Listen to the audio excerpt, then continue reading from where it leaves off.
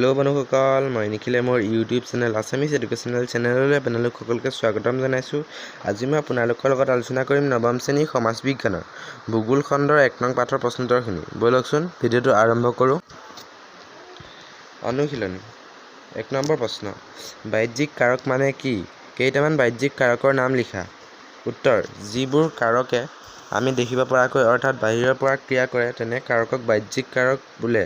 কেইটামান বাহ্যিক কাৰক হ'ল সূৰ্যৰ উত্তাপ, বতাহ, বৰষুণ, নদী, হিমবাহ, সাগৰৰ ঢৌ আদি।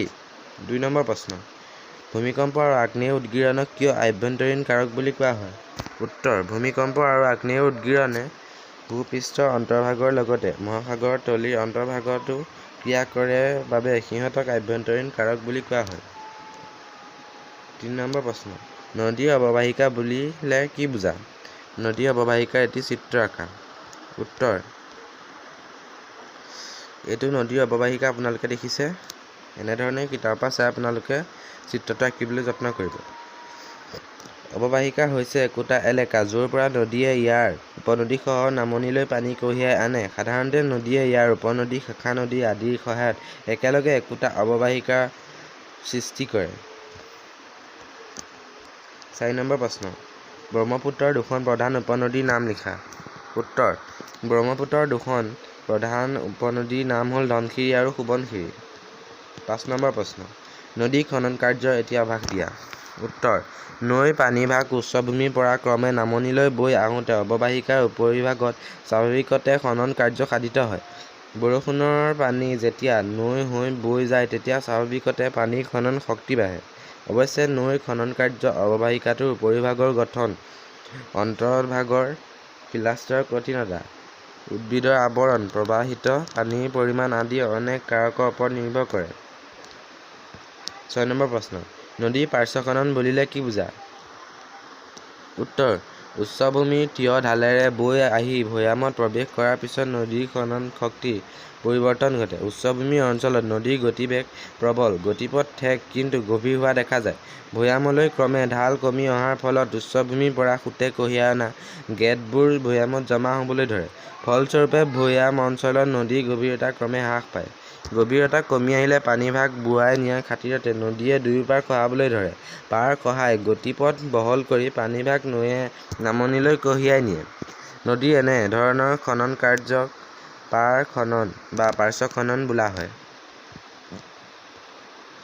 ৭ নম্বৰ প্ৰশ্ন, অশ্বক্ষুৰা হ্ৰদ কি? ইয়াৰ সৃষ্টি কেনেকৈ হয় বুজোৱা।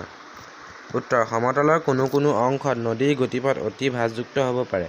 এনে গতিপথে বাৰিষা কালত নদীৰে প্ৰবাহিত বৃহৎ পৰিমাণৰ পানী কঢ়িয়াব নোৱাৰা হয়। তেতিয়া নদীয়ে নিজৰ গতিপথৰ অতি হ্ৰাস থকা অংশ এৰি পোনাই গতি কৰে।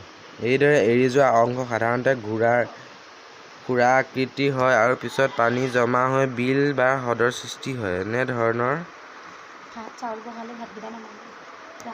হ্ৰদক অশ্বক্ষুৰা হ্ৰদ বোলে। ৮ নম্বৰ প্ৰশ্ন, প্লাৱনভূমি কি আৰু ইয়াৰ সৃষ্টি কেনেকৈ হয় লিখা। উত্তৰ, প্লাৱনভূমি হ'ল নদীৰ অৱক্ষেপণ কাৰ্যৰ ফলত সৃষ্টি হোৱা একেধৰণৰ অসমতল ভূমি। অৰ্থাৎ নদীৰ মধ্যগতি আৰু নিম্নগতি অংশত নদীৰ গতিপথৰ দুয়োপাৰে যুগ যুগ ধৰি জমা হোৱা গেদ। এই গেদসমূহ নদীৰ মধ্যগতি আৰু নিম্নগতি অংশত গতিপথৰ দুয়োপাৰে জমা হোৱাৰ ফলত প্লাৱনভূমিৰ সৃষ্টি হয়।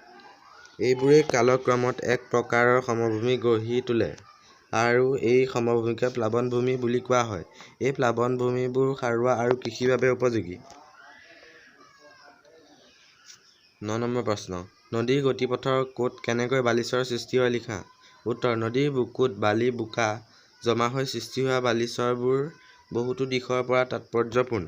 বালিচৰবোৰ কেতিয়াবা নৈৰ দাঁতিত আৰু কেতিয়াবা মাজভাগত গঢ়ি উঠে।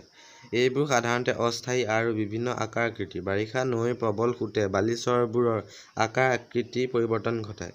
খৰালি কালত নদীৰ পানী নামি আহিলে বালিচৰবোৰ ভালদৰে ওলাই পৰে। আমাৰ ব্ৰহ্মপুত্ৰৰ বুকুত সৰু বৰ অসংখ্য বালিচৰ দেখা যায়। ১০ নম্বৰ প্ৰশ্ন, ব-দ্বীপৰ সৃষ্টি কেনেকৈ হয় লিখা। উত্তৰ, নৈৰ মোহনাত গেদ জমা হৈ সৃষ্টি হোৱা দ্বীপবোৰ ভৌগোলিক দিশৰ পৰা বিশেষ তাৎপৰ্যপূৰ্ণ। উপকূলৰ কাষৰীয়া অগভীৰ সাগৰত য'ত নৈ গৈ পৰে তাতেই নৈয়ে কঢ়িয়াই অনা গেদ জমা হৈ দ্বীপৰ সৃষ্টি হয়। এই দ্বীপবোৰৰ আকৃতি অসমীয়া ব আখৰৰ দৰে। সেয়ে এই দ্বীপবোৰক ব-দ্বীপ বোলা হয়। 11 নম্বৰ প্ৰশ্ন। মৰুভূমিত বতাহৰ ক্ৰিয়া কিয় প্ৰবল? লিখা। উত্তৰ: মৰুভূমিত উদ্ভিদৰ আৱৰণ অতি পাতলীয়া হোৱাৰ কাৰণে মৰু পৃষ্ঠত বতাহে সহজে ক্ৰিয়া কৰিব পাৰে। ধূলি বালিবোৰ বতাহে অনায়াসে এঠাইৰ পৰা আন ঠাইলৈ কঢ়িয়াই নিব পাৰে। এনেদৰে কোনো অংশৰ পৰা ধূলি বালি উৰুৱাই নিয়া কাৰ্যক অৱনমন বোলে। অৱনমন প্ৰক্ৰিয়াৰ ফলত মৰু অঞ্চলত সঘনে ধুমুহাৰ সৃষ্টি হয়। এনেদৰে অৱনমন প্ৰক্ৰিয়াৰ ফলত মৰু অঞ্চলত বতাহৰ ক্ৰিয়া প্ৰবল হয়। 12 নম্বৰ প্ৰশ্ন। অৱনমন বুলিলে কি বুজায়? উত্তৰ: মৰুভূমিত উদ্ভিদৰ আৱৰণ অতি পাতলীয়া হোৱাৰ কাৰণে মৰু পৃষ্ঠত বতাহে সহজে ক্ৰিয়া কৰিব পাৰে। ধূলি বালিবোৰ বতাহে অনায়াসে এঠাইৰ পৰা আন ঠাইলৈ কঢ়িয়াই নিব পাৰে। এনেদৰে কোনো অংশৰ পৰা ধূলি বালি উৰুৱাই নিয়া কাৰ্যক অৱনমন বোলে। 13 নম্বৰ প্ৰশ্ন। বালিয়াড়িৰ সৃষ্টি কেনেকৈ হয়? উত্তৰ: অৱনমন প্ৰক্ৰিয়াৰে কঢ়িয়াই নিয়া ধূলি বালিবোৰ যি ঠাইত জমা হয় তাত মৰু পৃষ্ঠ ক্ৰমে ওখ হৈ পাহাৰৰ ৰূপ লয়। এনে পাহাৰক বালিয়াড়ি বোলে। এনেধৰণেই বালিয়াড়িৰ সৃষ্টি হয়। 14 নম্বৰ প্ৰশ্ন। ইনচেলবাৰ্গ কি? উত্তৰ: মৰুভূমিত সাধাৰণতে চকুত পৰা বিশেষ আকৃতিৰ ক্ষয়প্ৰাপ্ত চাপৰ পাহাৰবোৰেই হৈছে ইনচেলবাৰ্গ। 15 নম্বৰ প্ৰশ্ন। হিমবাহৰ সংজ্ঞা দিয়া আৰু নদীৰ লগত ইয়াৰ পাৰ্থক্য কি? লিখা। উত্তৰ: পৃথিৱীৰ অতি শীতল অঞ্চলবোৰৰ উপৰিভাগ বৰফে ঢাকি ৰাখিছে। এনে অঞ্চলবোৰৰ ভিতৰত দুই মেৰু অঞ্চল আৰু অতি ওখ পৰ্বতবোৰৰ উচ্চাংশবোৰ পৰে। এইবোৰত বৃহৎ পৰিমাণৰ বৰফ তৰপে জমা হৈ আছে। সাধাৰণতে এনেদৰে জমা হৈ থকা বৰফবোৰ ভূপৃষ্ঠৰ ঢাল অনুসৰি লেহেম গতিৰে নামি আহে। এনেদৰে নামি অহা বৰফকে হিমবাহ বুলি কোৱা হয়। পাৰ্বত্য অঞ্চলত নদীৰ দৰে হিমবাহবোৰ উপত্যকাৰ তললৈ নামি আহে। হিমবাহেও নদীৰ দৰে খনন, পৰিবহণ আৰু অৱক্ষেপণ প্ৰক্ৰিয়াৰে সংলগ্ন ভূপৃষ্ঠৰ পৰিৱৰ্তন সাধন কৰে। 16 নম্বৰ প্ৰশ্ন। গ্ৰাব কি? উত্তৰ: হিমবাহে বৰফৰ উপৰি অন্য বহুতো পদাৰ্থ কঢ়িয়াই আনে। এনেদৰে কঢ়িয়াই অনা বৰফৰ বাহিৰে অন্য পদাৰ্থবোৰকে সামগ্ৰিকভাৱে গ্ৰাব বোলা হয়। 17 নম্বৰ প্ৰশ্ন।